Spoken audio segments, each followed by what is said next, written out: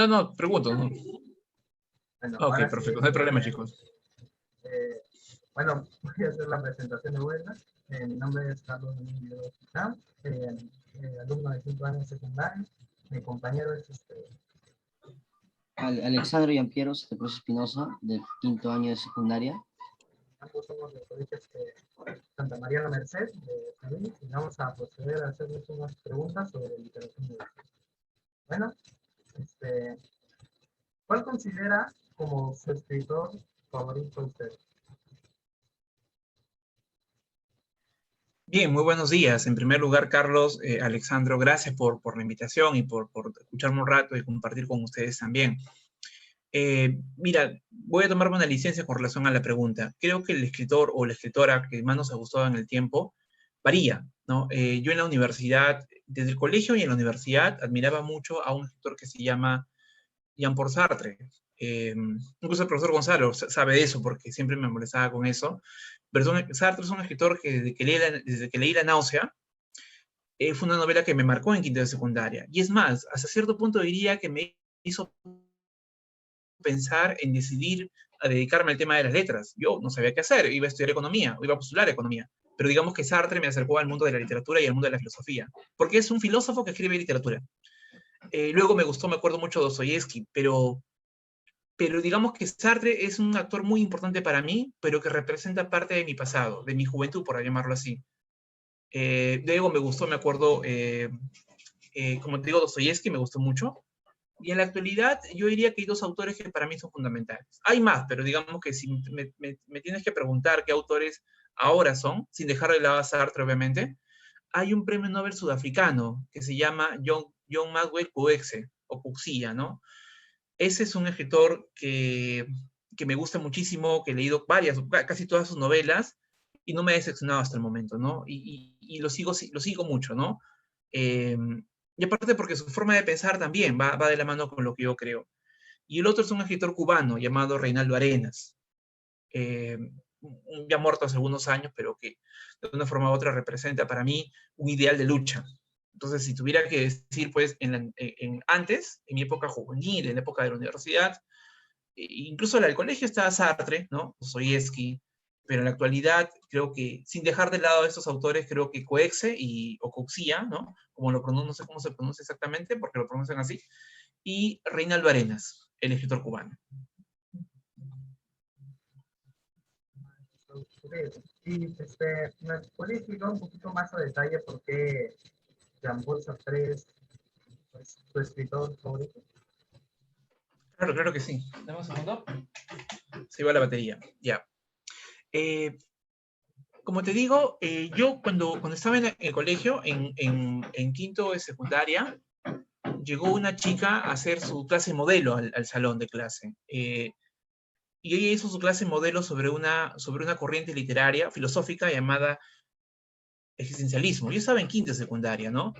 Y hizo su clase modelo sobre eso. Y me acuerdo que planteó, cuando habló del existencialismo, habló de una filosofía un poco pesimista, un poco inconforme con la vida, una filosofía que reflejaba un poco el vacío existencial. Y yo no era muy bueno en filosofía, pero digamos que lo que ella dijo fue que una forma de entender al existencialismo fue leyendo las obras de Albert Camus y de Jean-Paul Sartre. Y yo en ese momento, en quinto de secundaria, les comento, andaba un poco emocionalmente inestable, por llamarlo de alguna forma determinada. No era muy optimista con la vida. Aparte, en mi vida tenía ciertos problemas familiares, la enfermedad de padre, problemas económicos muy fuertes en casa, y vi y leí un cuento de Sartre que se llama El Muro, ¿no?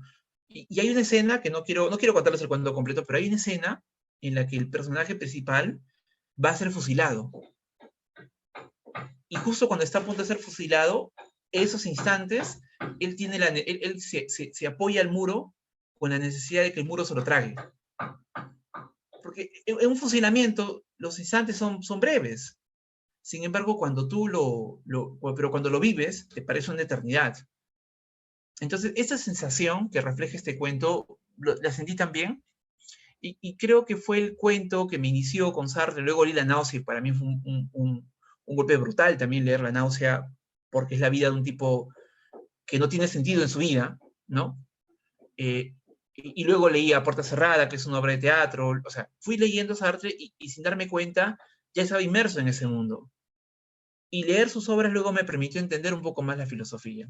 Y sin darme cuenta, se fue delineando mi vida también, porque me gustaba tanto la lectura y la filosofía y la literatura en general, que antes de postular a economía opté por postular a ser profesor de lengua y literatura, ¿no? Y digamos que eso ha sido mi vida en esos últimos años, ¿no? Acompañada de libros. No he sido, no, los profesores no somos millonarios en ese sentido, pero al menos soy feliz, ¿no? Entonces, por eso creo que Sartre, a pesar de los años, y a pesar de que ahora ya no lo leo, te soy sincero, ya no lo leo porque ya me leí varias obras de él y tengo otras cosas que leer. A veces cojo los libros por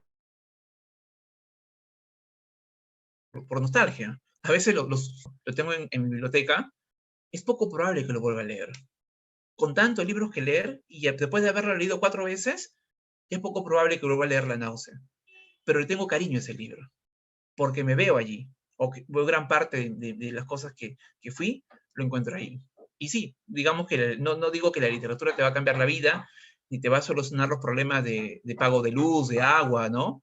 No te va a comprar una receta de un hospital para el problema familiar, pero sí, en algunos contextos te puede ayudar a darle sentido, ¿no? O al menos enrumbar una vida. Y eso fue para mí ese escritor francés. Muy interesante respuesta, me gustó bastante. Ahora, una pregunta personal. ¿Qué libros recomendaría que deberíamos leer para comenzar en ese mundo de la literatura? Mira, yo creo que la pregunta es interesante, pero muchas veces depende, pienso, ¿no? O lo contesto de manera general, o que puedo, es lo que voy a hacer ahora, pero cuando ya comienzas a conocer a alguien, le comienzas a recomendar cosas en función a la personalidad de ese alguien. Por ejemplo, el profesor Gonzalo una vez me recomendó una novela llamada Tokyo Blues, de Murakami, quizás se las he recomendado también. Pero la novela es muy buena, pero creo que Gonzalo lo hizo porque justo ya había terminado una relación sentimental con una pareja en la universidad y Gonzalo conocía eso. Entonces, como que justo estoy el post, ¿no? El post, la post ruptura sentimental emotiva con alguien, con una enamorada de 4 años, y que alguien te recomienda una novela como Tokyo Blues, que de por sí es sentimental, es afectiva, pues a mí te marca. Entonces, es una gran recomendación, por ejemplo. Es una muy buena novela para mí, pero no significa de que sea la mejor novela que he leído, pero sí es la novela que yo recomendaría. Una de las novelas que yo recomendaría es esa. Recomendaría, por ejemplo, también Noche Blanca de Dostoyevsky, a pesar de que, por ejemplo, alguien me podría decir, pero la mejor novela de Dostoyevsky es Crimen y Castigo. Y es verdad, la mejor novela de Dostoyevsky para mí es Crimen y Castigo. Pero no todas las grandes novelas de la literatura son recomendables como para iniciar, como lo que dijo Alexandro, ¿no?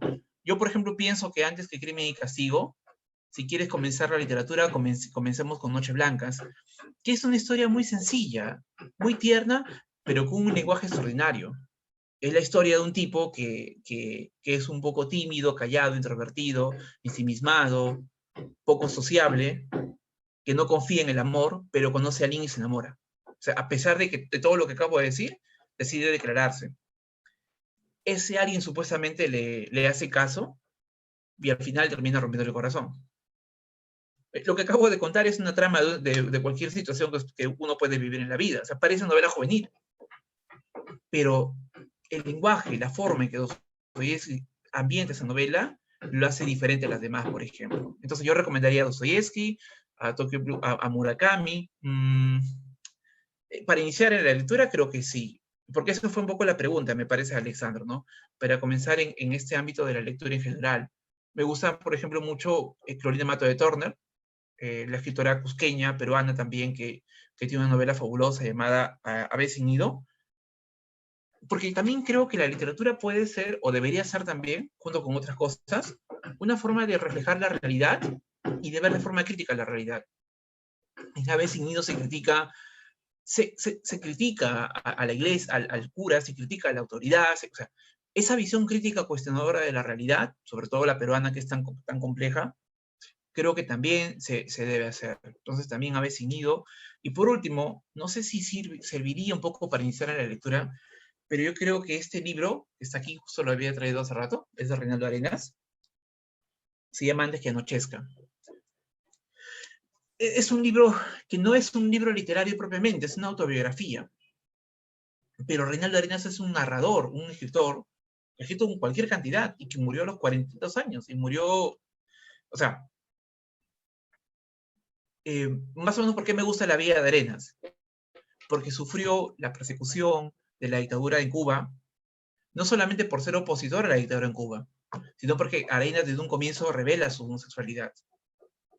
Y para la dictadura y para Fidel Castro, ser homosexual era como ser un ser imperfecto que no valía para la revolución. Entonces, doble persecución. Y a pesar de todo eso, Arenas, por ejemplo, le queman hasta 3 veces su novela.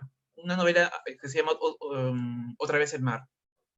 Les comento, yo a veces escribo un artículo en mi computadora y se me borra el archivo. Un artículo de 4 páginas, por ejemplo, y ya quiero llorar.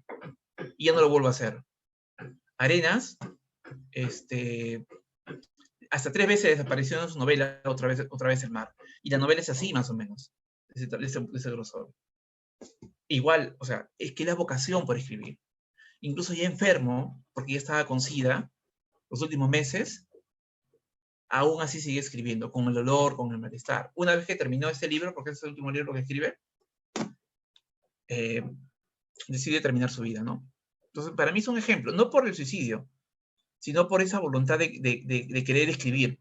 Cuando yo a veces me levanto a las 7 de la mañana, me da pereza, me quedo una hora más en cama, o me cuesta tener tiempo para escribir. Para mí Arenas es un ejemplo muy grande de alguien que realmente toma con convicción la vida y lo hace. Por eso también recomendaría ese libro. Sí, se podría decir que Antes de anochezca de Reinaldo Arenas es uno de sus libros favoritos. Estaría dispuesto a recomendarnos a jóvenes como nosotros para comenzar en literatura. Arenas es un escritor fabuloso, pero su literatura es un poco compleja. Yo recomendaría, sí, Antes que anochezca, no es un libro literario, repito, es su propia autobiografía, pero sin embargo, como es su propia autobiografía, a veces es bien difícil que alguien escriba sobre sí mismo cuando no toda la verdad. No sé, de repente, Alexandro, te digo que escribas sobre ti mismo. ¿Contarías todo de ti mismo? Esas cosas hasta incluso muy íntimas, muy propias tuyas, o solo contarías lo que los demás quieren que sepas? Bueno, algunas veces las cosas que contamos, a veces no lo queremos que se diga al mundo, porque puede ser un poco incómodo, o es como Claro, nosotros pensamos. claro, incluso pensemos en los perfiles de Facebook o Instagram. No somos nosotros totalmente, es parte de nosotros de lo que queremos que los demás vean de nosotros. Entonces yo creo que Antes que anochezca es eso también. Es la versión del autor de sí mismo, pero también es una forma de manifestar su posición frente a lo que vivió Cuba y a lo que sufrió. Pero como les digo, yo no voy a juzgar la vida promiscua que llevó Arenas, porque el libro tiene relaciones homosexuales en el libro. Llevó una vida promiscua en muchos sentidos, ¿no? No voy a juzgar eso. Lo que yo veo, por ejemplo, es el ejemplo de alguien que por sobre todas las cosas tiene una convicción política de escritura. Y que lamentable, es un escritor fabuloso, pero pienso que en este caso Arenas enseña tanto como escritor, como también ese espíritu de lucha por la libertad, ¿no? Y hay una escena concreta, ¿no? Cuando Arenas está siendo perseguido por los censores de la dictadura, él huye, pero él no puede llevarse sus cosas prácticamente, ¿no? Esconde sus libros por ahí, qué sé yo. Pero él tenía su máquina de escribir. Y él, teniendo que huir, huye con su máquina de escribir. Y es que la máquina de escribir para un escritor es su herramienta, su arma. Entonces, eso, por ejemplo, me parece bien significativo. Por eso yo creo que este libro es importante. Ahora, alguien me dirá, oye, pero ¿cómo es posible que a los chicos de quinto de secundaria, o cuarto de secundaria, o tercero de secundaria, le des un libro de un escritor homosexual que cuenta ahí relaciones homosexuales? Creo que ya no estamos para aspectos que tengan que ver con esa doble moral, ¿no? Porque claro, por un lado criticamos eso, pero por otro lado, por ejemplo, no cuestionamos cualquier noticiero o programa de televisión en la actualidad que muestra lo mismo. Entonces creo que es una doble moral en ese sentido. Y la homosexualidad, como otras manifestaciones sexuales, están allí y merecen comprensión por sobre todas las cosas, creo. Por eso creo que en general ese es un poco el veto que le han puesto a Andy Genochesca y a Reinaldo Arenas, pero es un ejemplo de vida y a la vez es una prosa muy, muy genial. Aparte, el libro es genial, de verdad. El libro históricamente es genial también. Por eso lo recomendaría.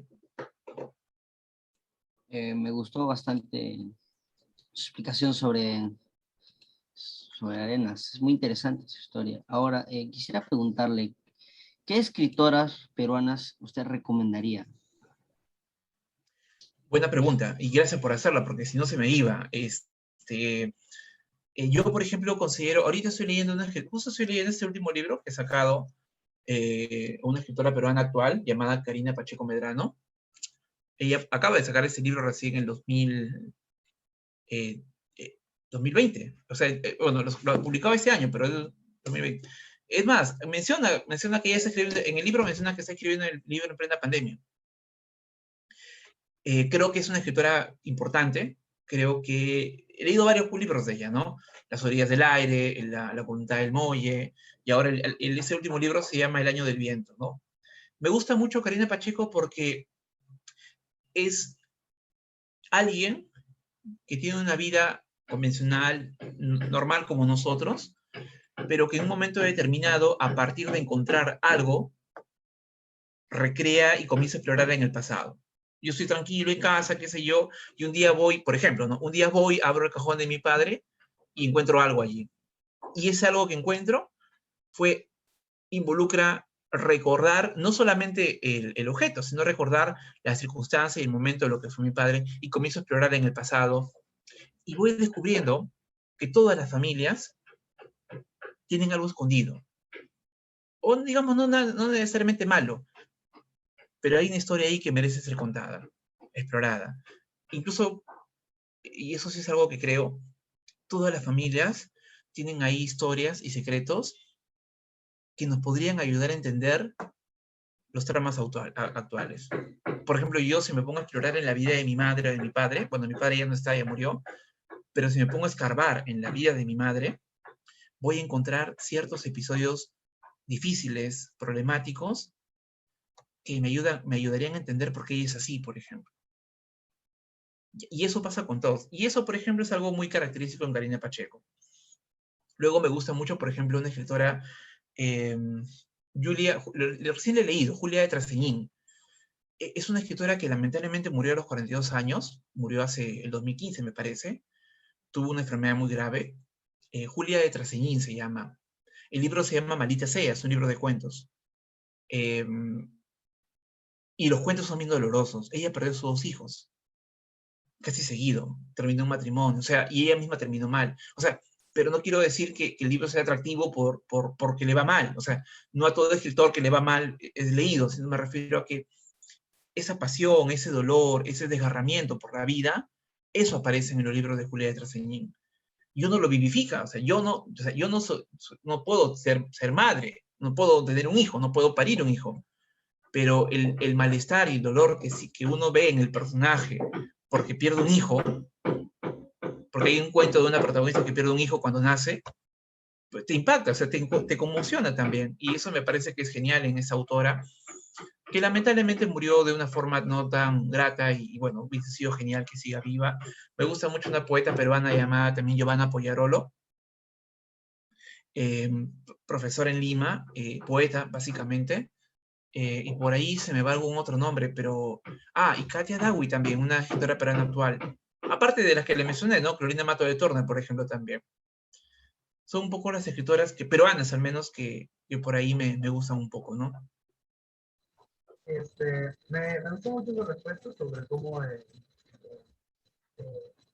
se puede empatizar con el dolor y el sufrimiento de haber perdido vista, pero como usted dice, nosotros no somos madres, pero ni tampoco mujeres, no sabemos sentir eso, pero de alguna manera se puede describir y podemos empatizar con esto.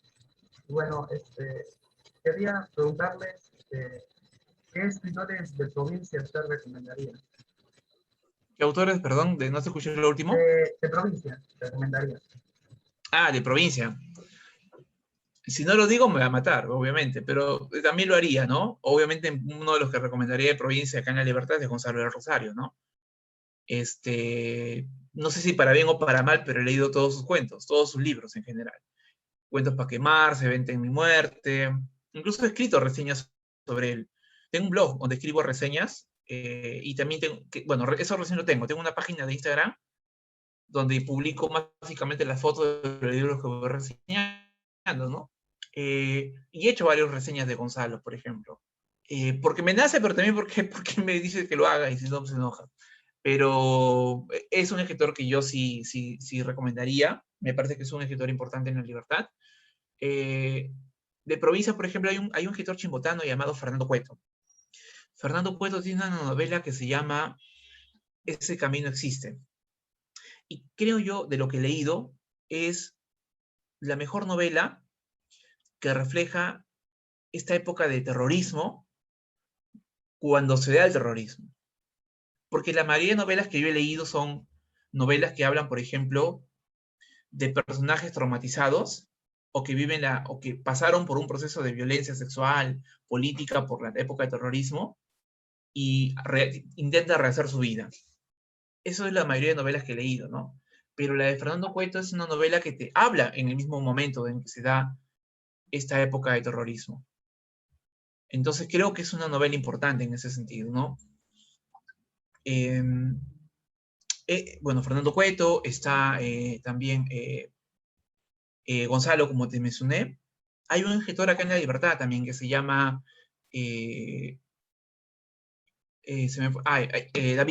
Salvatierra. David Salvatierra también es un escritor importante, creo yo.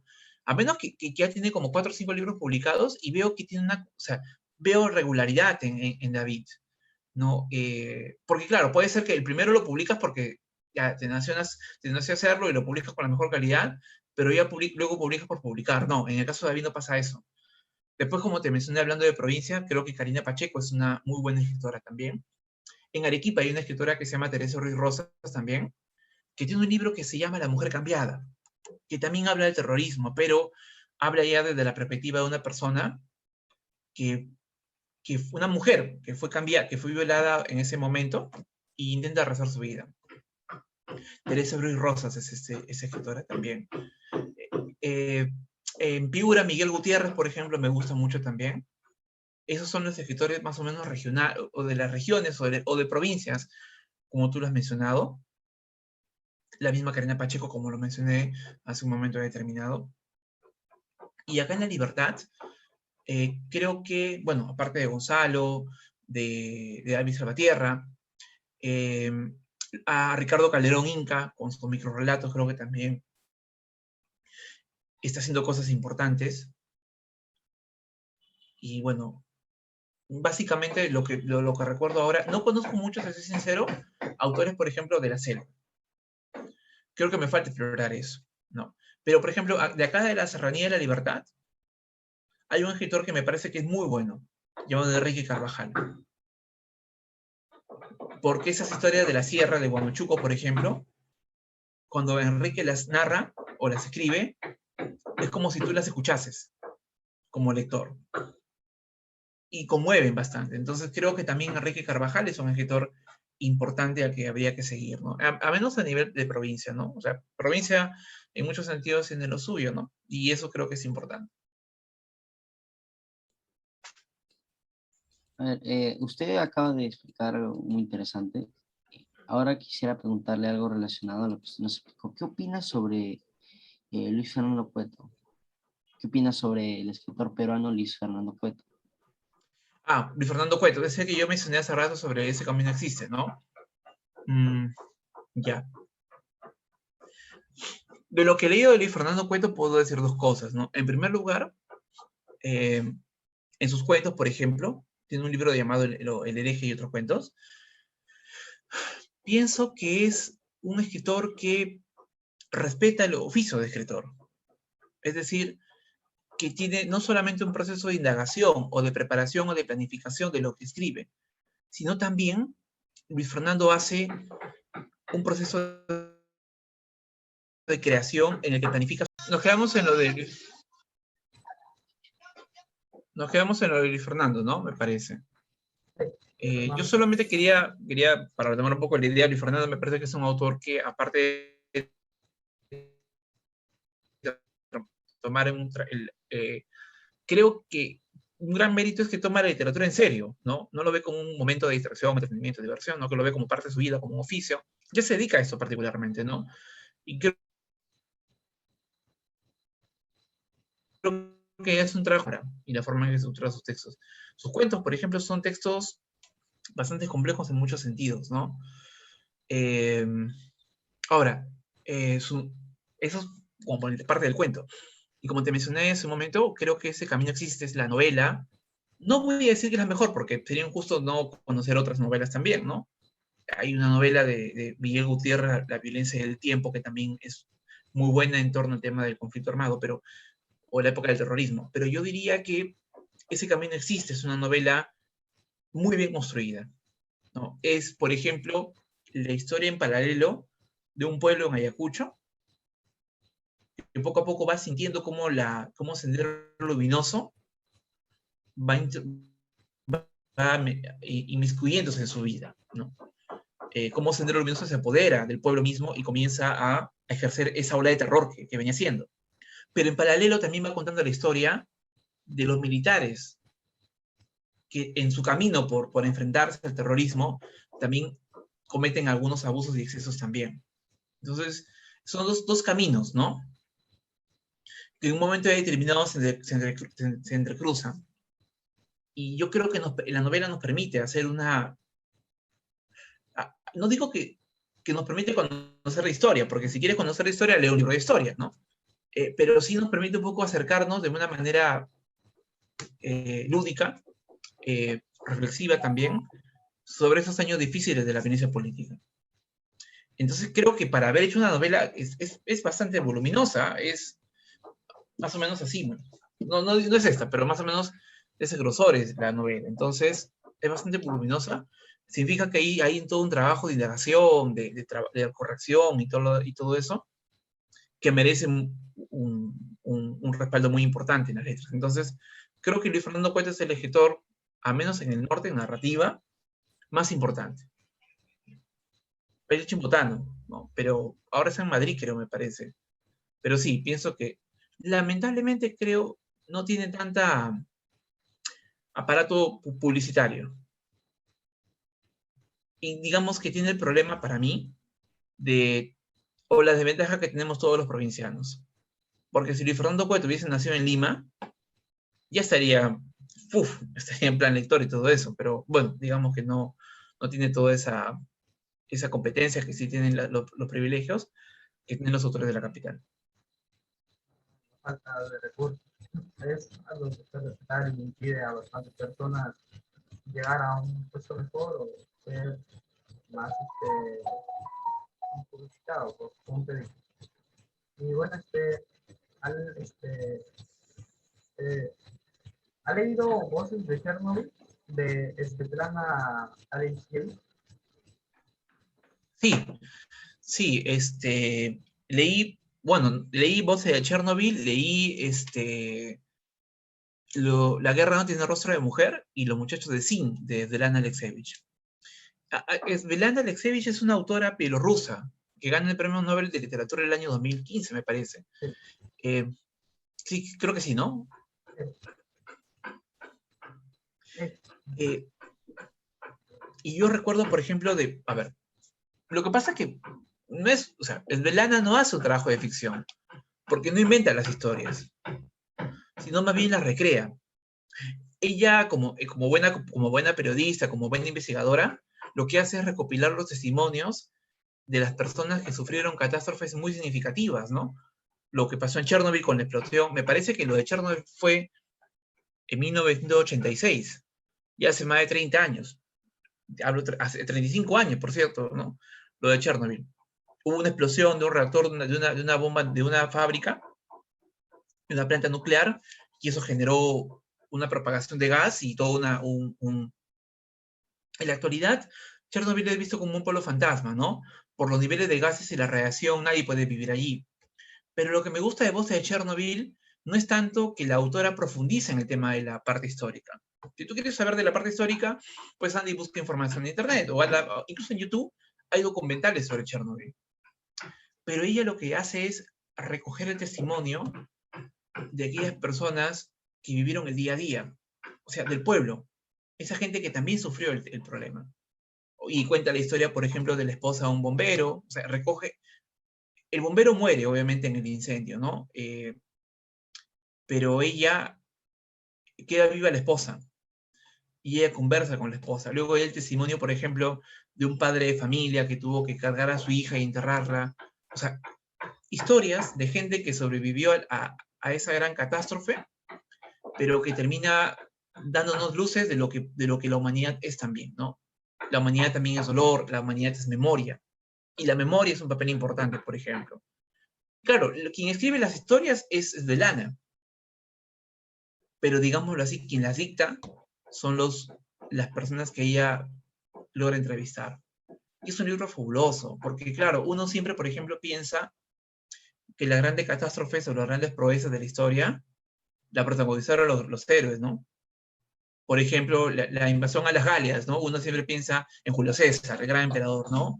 O, por ejemplo, las campañas de Alejandro Magno, ¿no? O, por ejemplo, también las conquistas de Napoleón. Pero, y la pregunta es, ¿acaso Napoleón conquistó solo eso?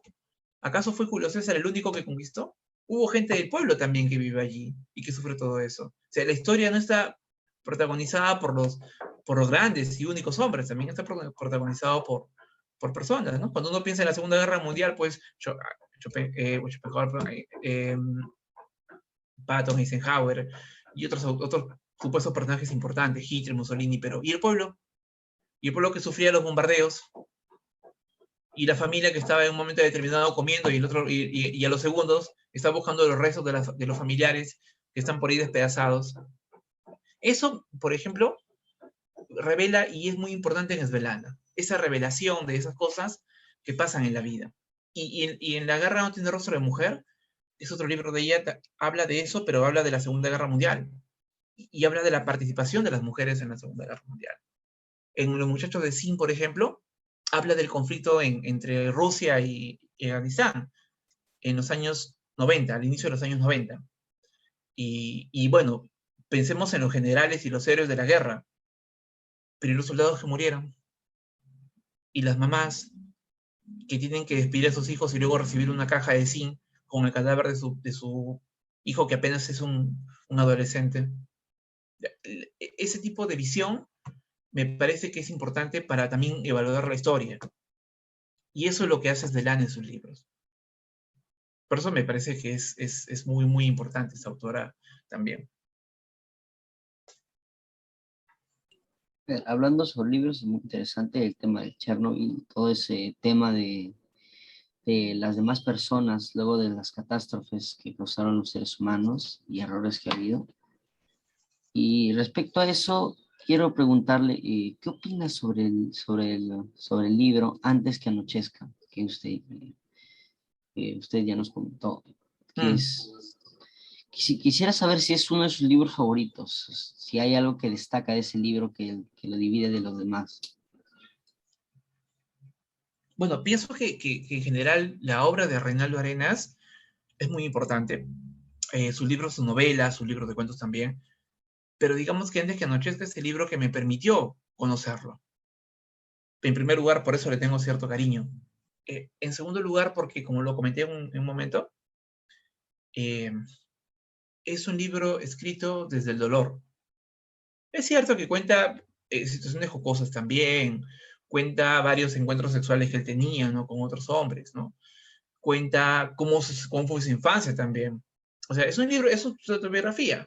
Y en una autobiografía hay varias cosas, ¿no? Cuenta sus años de juventud, ¿no? Cuenta cómo sucedió la revolución en Cuba también, bajo su mirada, obviamente. Pero como te digo, pero de todo eso yo rescato que es un libro escrito desde el dolor, ¿no? Y ese dolor sobre todo que le hace no rehuir o no tirar la toalla, sino más bien enfrentarlo, ¿no? Enfrentarlo y enfrentar a algo como algo tan grande como puede ser la opresión, ¿no? Arenas estuvo mucho tiempo en la cárcel en Cuba. Y la cárcel, pues, vivió penurias terribles, ¿no? O sea, la cárcel no es un lugar cómodo para ninguno en general, ahora y antes, o sea, antes y ahora, perdón. Y Arenas, pues, lo vivió. Al final sale de Cuba en un periplo hacia Estados Unidos, pero ya estaba enfermo, ya estaba mal. Entonces, incluso ya Arenas ya no podía escribir al final. Arenas termina editando el libro, o sea, grabándose en una grabadora, valga la redundancia, y para que alguien más lo transcriba. El SIDA en los años 90, porque Arenas muere en el 89, en esa época era, aparte que era una enfermedad terrible, no tiene cura, digámoslo así, es un sistema que te baja las defensas, pero no hay, ni siquiera había medicamentos para que la vida sea llevable. Tipo, por ejemplo, no sé si recuerdan al jugador Esidio, un jugador de la U, que era portador, Eduardo Esidio era portador del VIH. Pero con los medicamentos y todo eso, ese síndrome no se ha desarrollado y lleva una vida tranquila al menos, ¿no? Igual que Ernesto Pimentel. Pero en la época de Arenas había un dolor terrible, hubo un estigma con esa enfermedad también. Y la comunidad homosexual era la más perjudicada en ese sentido. Y con todo eso que estoy comentando, creo que el libro es un libro nostálgico también, escrito desde el dolor, pero también es un libro nostálgico porque ¿quién alguna vez no tiene esa suerte de relación con la infancia, ¿no? Y esa suerte de exploración hacia lo que nos hace feliz o hacia la época de lo que nos hizo feliz. Creo que la frase de el recuerdo y la certeza de lo perdido, creo que le hace mucha justicia al libro de Arenas. Por todo eso creo que es un libro importante, ¿no? Y sí, se ha convertido en uno de los libros más importantes de mi vida. Y creo que lo va a seguir siendo, ¿eh? Espero que sí. Creo que sí.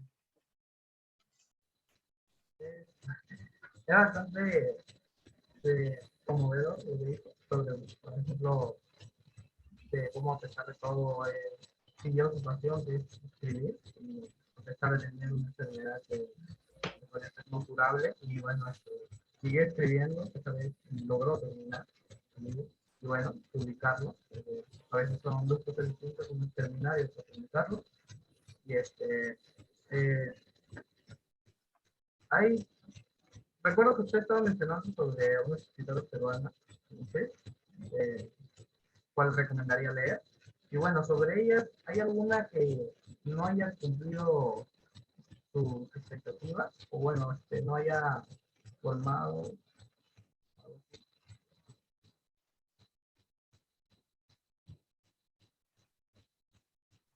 En realidad, te soy sincero, si tuviera que hacer una balanza de lo que he leído entre autores y autoras, más he leído autores. Y creo que no solamente yo, sino que en general es una constante mucho en nuestra cultura haber leído más autores que autoras, ¿no? Es más, yo ahora que lo pienso bien, si no hubiese sido por tu pregunta, no hubiese citado a alguna autora, o quizás sí, pero no tantas como las que cité cuando tú me preguntaste lo de las autoras en la actualidad.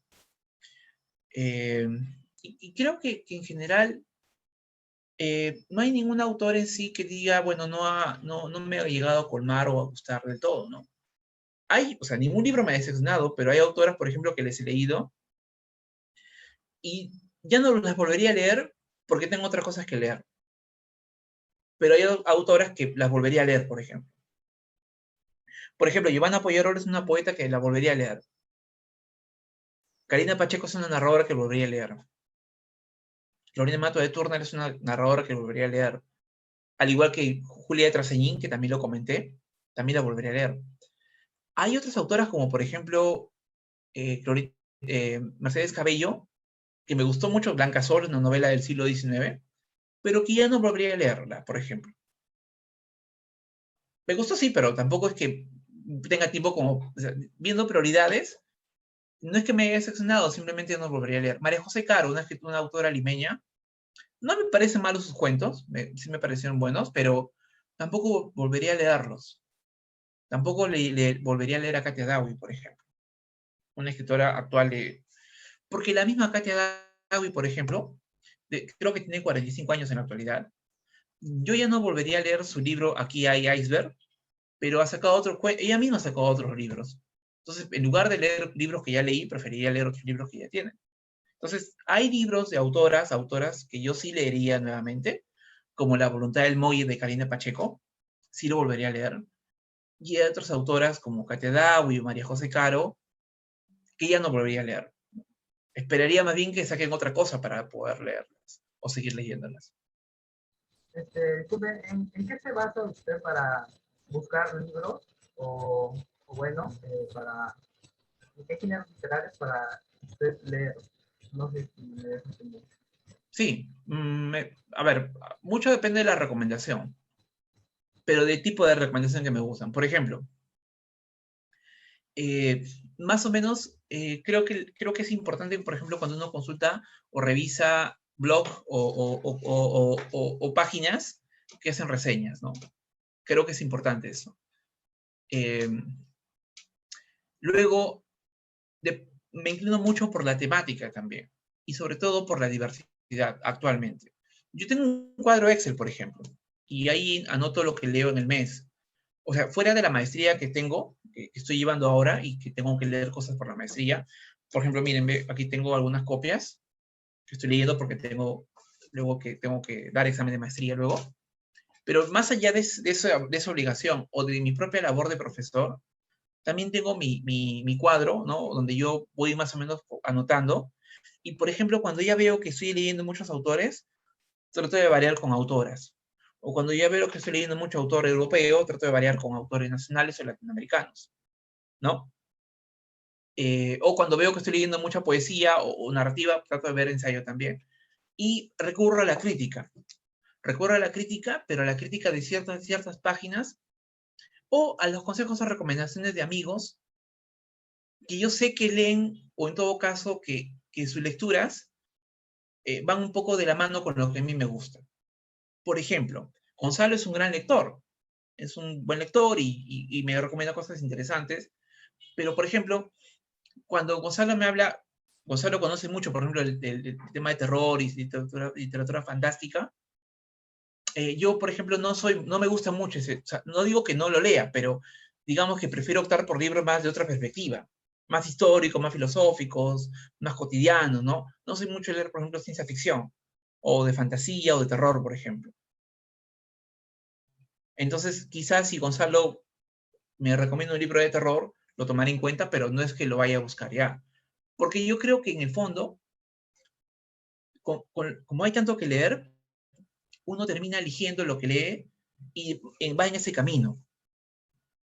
Si leo, por ejemplo, un libro sobre la dictadura, sobre los problemas sociohistóricos o políticos o históricos, como el de Lana Alexevich, libro de testimonios, prefiero leer eso, por ejemplo, antes que leer libros de ciencia ficción o libros de terror gótico, por ejemplo.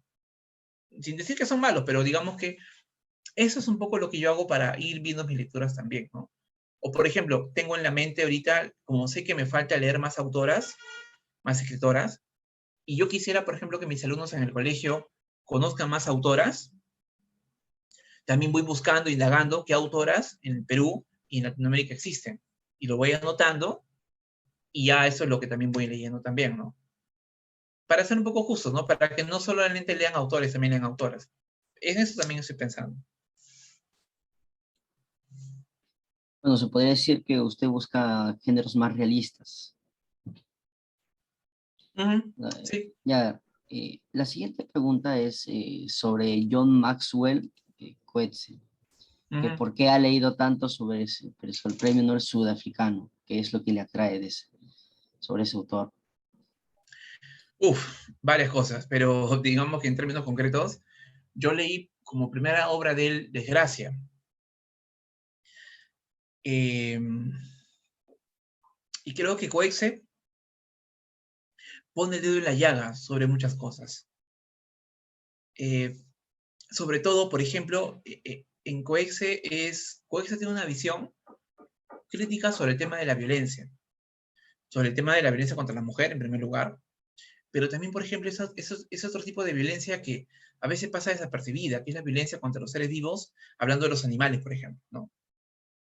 Y también, por ejemplo, refleja mucho de forma crítica cómo es que las dictaduras en África, por ejemplo, Sudáfrica es un país bastante concreto, marca la vida y determina la vida de las personas. Incluso daña la vida de las personas.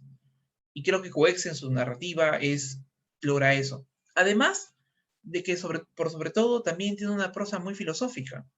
Y uno termina pensando en aspectos cotidianos, pero que son una constante en la vida del ser humano. Por ejemplo, hay una novela que se llama La Edad de Hierro, que es una novela tipo, o sea, es una mujer profesora universitaria en Ciudad del Cabo, la capital de Sudáfrica, se entera de que tiene cáncer y está a poco tiempo de morir. Y ella decide escribir una carta a su hijo, a su hija, contándole los últimos momentos. Pero no se la manda porque su hija está en Estados Unidos y sabe que si le manda la carta antes, su hija regresa. Y ella no quiere que regrese porque Sudáfrica está sumida en un terrible malestar sociopolítico. Sudáfrica vive una dictadura. Entonces prefiere que la hija se quede en Estados Unidos y no regrese a Sudáfrica para vivir todo eso. Pero o sea, el libro es la carta que la mamá le escribe a la hija contándole sus últimos meses de vida, y lo peor, no sabe si su hija leerá algún día la carta, porque ella confía en que alguien se la dé, y si no se lo da. O sea, esa historia de alguien que está a punto de morir sus últimos meses, contando lo que está viviendo y lo que está sintiendo, con la inseguridad de no saber si esa carta algún día va a ser leída, es la novela completa llamada La Edad de Hierro. Y es brutal la novela en ese sentido. Digamos que ahí podría resumir un poco lo que me gusta de Coexe, ¿no? Bueno, se podría decir que la obra de La Edad de Hierro es un libro que recomendaría o recomendaría otro tipo de libro. No, sí la recomendaría, sí. Sí, en general cualquier libro de Coexe lo recomendaría. Quizás no comenzar con ese. Quizás comenzar con Desgracia. Pero no dejaría de recomendar, ¿no? También.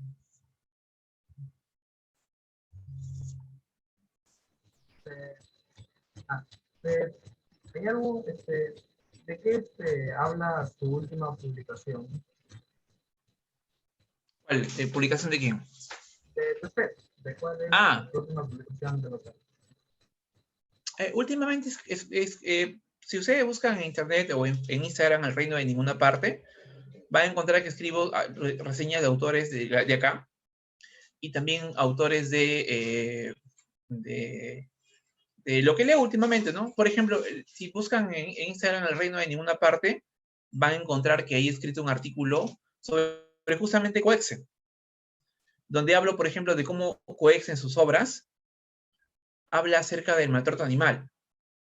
Por ejemplo, en un libro llamado Elizabeth Costello, en Desgracia, en 9 Cuentos Morales, así se llaman los libros de Coexe.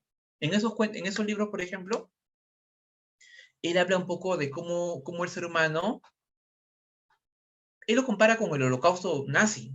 O sea, así como los alemanes trataron a los judíos y los exterminaron, eso más o menos estamos haciendo nosotros ahora con los animales, ¿no? Y de eso habla Coex en sus libros, en 9 Cuentos Morales, Elizabeth Costello, el mismo Desgracia también. Y ese es un artículo que he escrito en mi blog y también está ahí en la página de Instagram que les digo que se llama El Reino de Ninguna Parte. Eso es lo último que he escrito. Nos quedamos en lo de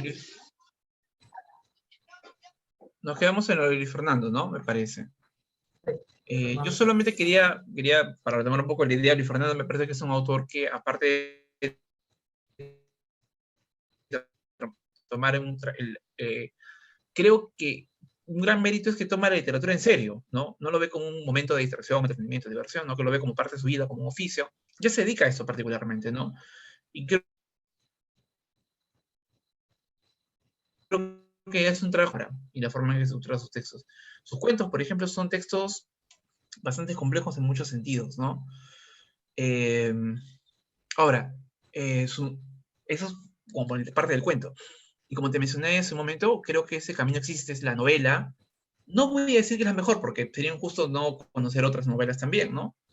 Hay una novela de Miguel Gutiérrez, La violencia del tiempo, que también es muy buena en torno al tema del conflicto armado, o la época del terrorismo. Pero yo diría que ese camino existe, es una novela muy bien construida, ¿no? Es, por ejemplo, la historia en paralelo de un pueblo en Ayacucho, que poco a poco va sintiendo cómo Sendero Luminoso va, inmiscuyéndose en su vida, ¿no? Cómo Sendero Luminoso se apodera del pueblo mismo y comienza a ejercer esa ola de terror que venía haciendo. Pero en paralelo también va contando la historia de los militares que en su camino por enfrentarse al terrorismo también cometen algunos abusos y excesos también. Entonces, son dos caminos, ¿no? Que en un momento determinado se entrecruzan. Y yo creo que la novela nos permite hacer no digo que nos permite conocer la historia, porque si quieres conocer la historia, lee un libro de historia, ¿no? Pero sí nos permite un poco acercarnos de una manera lúdica, reflexiva también, sobre esos años difíciles de la violencia política. Entonces creo que para haber hecho una novela es bastante voluminosa, es más o menos así. No es esta, pero más o menos de ese grosor es la novela. Entonces es bastante voluminosa. Significa que hay todo un trabajo de indagación, de corrección y todo eso, que merece un respaldo muy importante en las letras. Entonces, creo que Luis Fernando Cueto es el escritor, a menos en el norte, en narrativa, más importante. Es chimbotano, ¿no? Pero ahora está en Madrid, creo, me parece. Pero sí, pienso que lamentablemente creo no tiene tanta aparato publicitario.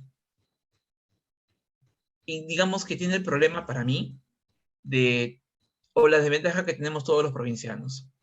Porque si Luis Fernando Cueto hubiese nacido en Lima, ya estaría en plan lector y todo eso. Pero bueno, digamos que no tiene toda esa competencia que sí tienen los privilegios que tienen los autores de la capital. Falta de recursos. Es algo que puede afectar y impide a bastantes personas llegar a un puesto mejor o ser más publicitado, como te digo. Y bueno, al, ¿ha leído Voces de Chernobyl de Svetlana Alexievich? Sí, leí Voces de Chernobyl, leí La guerra no tiene rostro de mujer y Los muchachos de Sin, de Svetlana Alexievich. Svetlana Alexievich es una autora bielorrusa que gana el Premio Nobel de Literatura el año 2015, me parece. Sí, creo que sí, ¿no?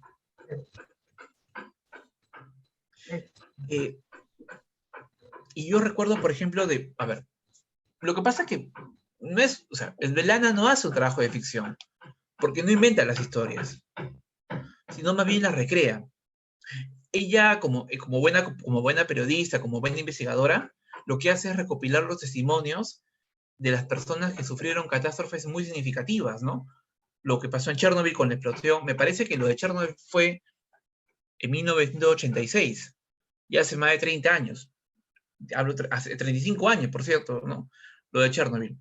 Hubo una explosión de un reactor, de una bomba, de una fábrica, de una planta nuclear, y eso generó una propagación de gas y todo en la actualidad, Chernobyl es visto como un pueblo fantasma, ¿no? Por los niveles de gases y la radiación, nadie puede vivir allí. Pero lo que me gusta de Voces de Chernobyl no es tanto que la autora profundice en el tema de la parte histórica. Si tú quieres saber de la parte histórica, pues anda y busca información en internet, o incluso en YouTube hay documentales sobre Chernobyl. Pero ella lo que hace es recoger el testimonio de aquellas personas que vivieron el día a día, o sea, del pueblo, esa gente que también sufrió el problema. Y cuenta la historia, por ejemplo, de la esposa de un bombero, o sea, recoge, el bombero muere, obviamente, en el incendio, ¿no? Pero ella queda viva la esposa, y ella conversa con la esposa. Luego hay el testimonio, por ejemplo, de un padre de familia que tuvo que cargar a su hija y enterrarla. O sea, historias de gente que sobrevivió a esa gran catástrofe, pero que termina dándonos luces de lo que la humanidad es también, ¿no? La humanidad también es dolor, la humanidad es memoria. Y la memoria es un papel importante, por ejemplo. Claro, quien escribe las historias es Delana, pero digámoslo así, quien las dicta son las personas que ella logra entrevistar. Y es un libro fabuloso, porque claro, uno siempre, por ejemplo, piensa que las grandes catástrofes o las grandes proezas de la historia la protagonizaron los héroes, ¿no? Por ejemplo, la invasión a las Galias, ¿no? Uno siempre piensa en Julio César, el gran emperador, ¿no? O, por ejemplo, las campañas de Alejandro Magno, ¿no? O, por ejemplo, también las conquistas de Napoleón. Pero, y la pregunta es, ¿acaso Napoleón conquistó solo eso? ¿Acaso fue Julio César el único que conquistó? Hubo gente del pueblo también que vive allí y que sufre todo eso. O sea, la historia no está protagonizada por los grandes y únicos hombres, también está protagonizado por personas, ¿no? Cuando uno piensa en la Segunda Guerra Mundial, pues Patton, Eisenhower y otros supuestos personajes importantes, Hitler, Mussolini, pero ¿y el pueblo? ¿Y el pueblo que sufría los bombardeos? Y la familia que estaba en un momento determinado comiendo y a los segundos está buscando los restos de los familiares que están por ahí despedazados. Eso, por ejemplo, revela y es muy importante en Esvelana, esa revelación de esas cosas que pasan en la vida. Y en La Guerra no tiene rostro de mujer, es otro libro de ella, habla de eso, pero habla de la Segunda Guerra Mundial y habla de la participación de las mujeres en la Segunda Guerra Mundial. En Los Muchachos de Sim, por ejemplo, habla del conflicto entre Rusia y Afganistán en los años 90, al inicio de los años 90. Y bueno, pensemos en los generales y los héroes de la guerra, pero los soldados que murieron, y las mamás que tienen que despedir a sus hijos y luego recibir una caja de zinc con el cadáver de su hijo que apenas es un adolescente. Ese tipo de visión me parece que es importante para también evaluar la historia. Y eso es lo que hace Delana en sus libros. Por eso me parece que es muy, muy importante esta autora también. Recuerdo que usted estaba mencionando sobre unos escritores peruanos, ¿cuál recomendaría leer? Y bueno, sobre ellas, ¿hay alguna que no haya cumplido sus expectativas? O bueno, no haya colmado.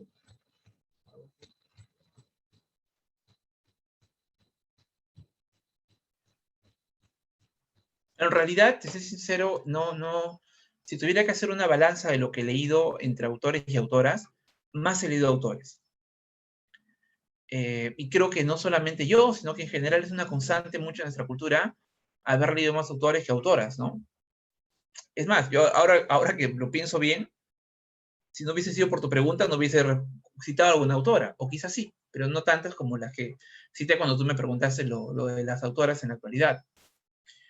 Y creo que en general no hay ningún autor en sí que diga, bueno, no me ha llegado a colmar o a gustar del todo, ¿no? O sea, ningún libro me ha decepcionado, pero hay autoras, por ejemplo, que les he leído y ya no las volvería a leer porque tengo otras cosas que leer. Pero hay autoras que las volvería a leer, por ejemplo. Por ejemplo, Giovanna Poyarol es una poeta que la volvería a leer. Karina Pacheco es una narradora que volvería a leer. Lorena Mato de Turner es una narradora que volvería a leer. Al igual que Julia de Traseñín, que también lo comenté, también la volvería a leer. Hay otras autoras como, por ejemplo, Mercedes Cabello, que me gustó mucho, Blanca Sol, una novela del siglo XIX, pero que ya no volvería a leerla, por ejemplo. Me gustó sí, pero tampoco es que tenga tiempo como, o sea, viendo prioridades, no es que me haya decepcionado, simplemente no volvería a leer. María José Caro, una autora limeña, No me parecen malos sus cuentos, sí me parecieron buenos, pero tampoco volvería a leerlos. Tampoco volvería a leer a Katia Dawi, por ejemplo, una escritora actual de... Porque la misma Katia Dawi, por ejemplo, creo que tiene 45 años en la actualidad, yo ya no volvería a leer su libro Aquí hay iceberg, pero ha sacado otro, ella misma ha sacado otros libros. Entonces, en lugar de leer libros que ya leí, preferiría leer otros libros que ya tiene. Entonces, hay libros de autoras que yo sí leería nuevamente, como La voluntad del Molle de Karina Pacheco, sí lo volvería a leer. Y hay otras autoras como Katia Dawi o María José Caro, que ya no volvería a leer. Esperaría más bien que saquen otra cosa para poder leerlas o seguir leyéndolas. Disculpe, ¿en qué se basa usted para buscar libros o bueno, ¿en qué géneros literarios para usted leer? No sé si me dejo entender. Sí, a ver, mucho depende de la recomendación, pero del tipo de recomendación que me gustan. Por ejemplo, eh, más o menos, creo que es importante, por ejemplo, cuando uno consulta o revisa blog o páginas que hacen reseñas, ¿no? Creo que es importante eso. Eh, luego, me inclino mucho por la temática también, y sobre todo por la diversidad actualmente. Yo tengo un cuadro Excel, por ejemplo, y ahí anoto lo que leo en el mes. O sea, fuera de la maestría que tengo, que estoy llevando ahora y que tengo que leer cosas por la maestría. Por ejemplo, miren, aquí tengo algunas copias que estoy leyendo porque luego que tengo que dar examen de maestría luego. Pero más allá de esa obligación o de mi propia labor de profesor, también tengo mi cuadro, ¿no? Donde yo voy más o menos anotando. Y, por ejemplo, cuando ya veo que estoy leyendo muchos autores, trato de variar con autoras. O cuando ya veo que estoy leyendo mucho autor europeo, trato de variar con autores nacionales o latinoamericanos, ¿no? O cuando veo que estoy leyendo mucha poesía o narrativa, trato de ver ensayo también. Y recurro a la crítica. Recurro a la crítica, pero a la crítica de ciertas páginas o a los consejos o recomendaciones de amigos que yo sé que leen, o en todo caso que sus lecturas van un poco de la mano con lo que a mí me gusta. Por ejemplo, Gonzalo es un gran lector, es un buen lector y me recomienda cosas interesantes, pero por ejemplo, cuando Gonzalo me habla, Gonzalo conoce mucho, por ejemplo, el tema de terror y literatura fantástica. Yo, por ejemplo, no me gusta mucho ese, o sea, no digo que no lo lea, pero digamos que prefiero optar por libros más de otra perspectiva, más históricos, más filosóficos, más cotidianos, ¿no? No soy mucho de leer, por ejemplo, ciencia ficción, o de fantasía, o de terror, por ejemplo. Entonces, quizás si Gonzalo me recomienda un libro de terror, lo tomaré en cuenta, pero no es que lo vaya a buscar ya. Porque yo creo que en el fondo, como hay tanto que leer, uno termina eligiendo lo que lee y va en ese camino. Si leo, por ejemplo, un libro sobre la dictadura, sobre los problemas sociohistóricos o políticos o históricos, como el de Belán Alexevich, libro de testimonios, prefiero leer eso, por ejemplo, antes que leer libros de ciencia ficción o libros de terror gótico, por ejemplo. Sin decir que son malos, pero digamos que eso es un poco lo que yo hago para ir viendo mis lecturas también, ¿no? O, por ejemplo, tengo en la mente ahorita, como sé que me falta leer más autoras, más escritoras, y yo quisiera, por ejemplo, que mis alumnos en el colegio conozcan más autoras, también voy buscando, indagando qué autoras en el Perú y en Latinoamérica existen. Y lo voy anotando, y ya eso es lo que también voy leyendo también, ¿no? Para ser un poco justos, ¿no? Para que no solamente lean autores, también lean autoras. En eso también estoy pensando. Bueno, se podría decir que usted busca géneros más realistas. Sí. Ya, la siguiente pregunta es sobre John Maxwell Coetzee, que por qué ha leído tanto sobre el premio Nobel sudafricano, qué es lo que le atrae sobre ese autor. Varias cosas, pero digamos que en términos concretos, yo leí como primera obra de él, Desgracia.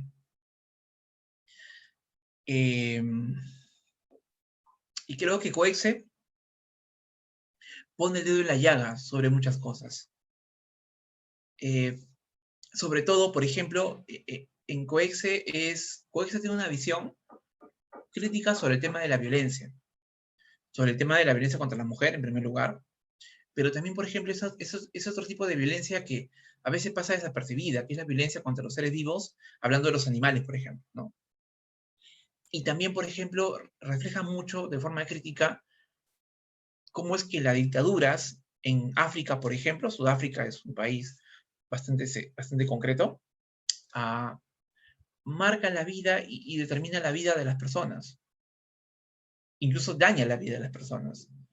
Y creo que Coex en su narrativa explora eso. Además de que por sobre todo también tiene una prosa muy filosófica.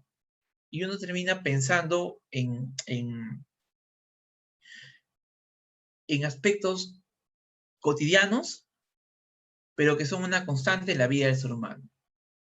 Por ejemplo, hay una novela que se llama La Edad de Hierro, que es una novela tipo, o sea, es una mujer profesora universitaria en Ciudad del Cabo, la capital de Sudáfrica, se entera de que tiene cáncer y está a poco tiempo de morir.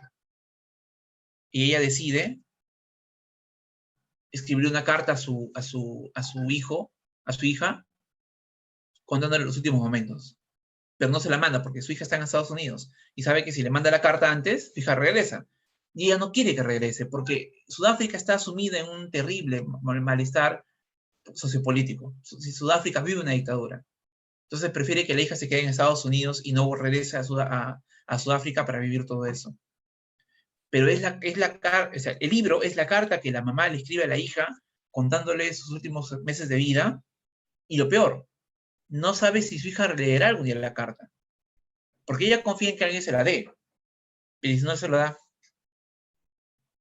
O sea, esa historia de alguien que está a punto de morir sus últimos meses, contando lo que está viviendo y lo que está sintiendo, con la inseguridad de no saber si esa carta algún día va a ser leída, es la novela completa llamada La Edad de Hierro. Y es brutal la novela en ese sentido. Digamos que ahí podría resumir un poco lo que me gusta de Coexe, ¿no? Bueno, se podría decir que la obra de La Edad de Hierro es un libro que recomendaría o recomendaría otro tipo de libro. No, sí lo recomendaría, sí. Sí, en general cualquier libro de Coexe lo recomendaría. Quizás no comenzar con ese, quizás comenzar con Desgracia, pero no dejaría de recomendar, ¿no? También.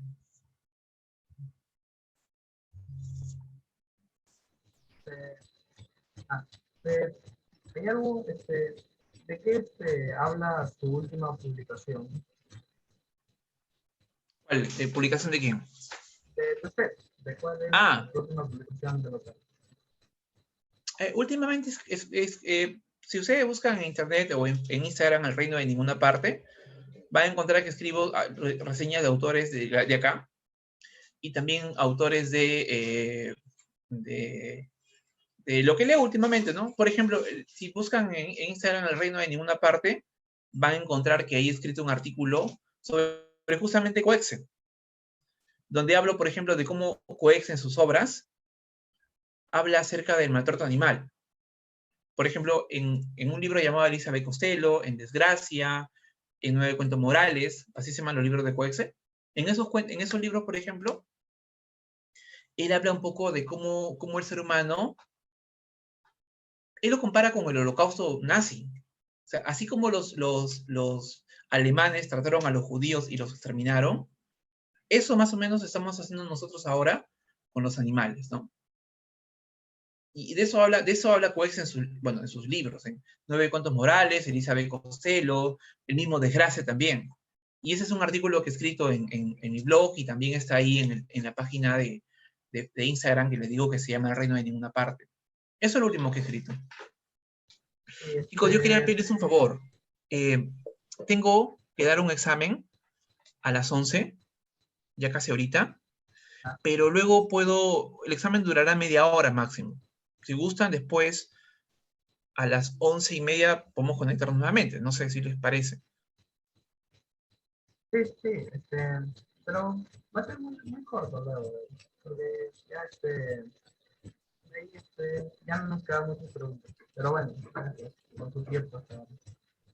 Luego seguimos, entonces. ¿Ok? No, Sí, seguimos. yo, Sí. sí, porque tengo que entrar a un examen, como le digo, tendría de ese examen que me van a evaluar, supuestamente el examen solamente dura media hora, así que cualquier cosa me avisan, lo conversamos por ahí. Sí, sí, no se preocupen.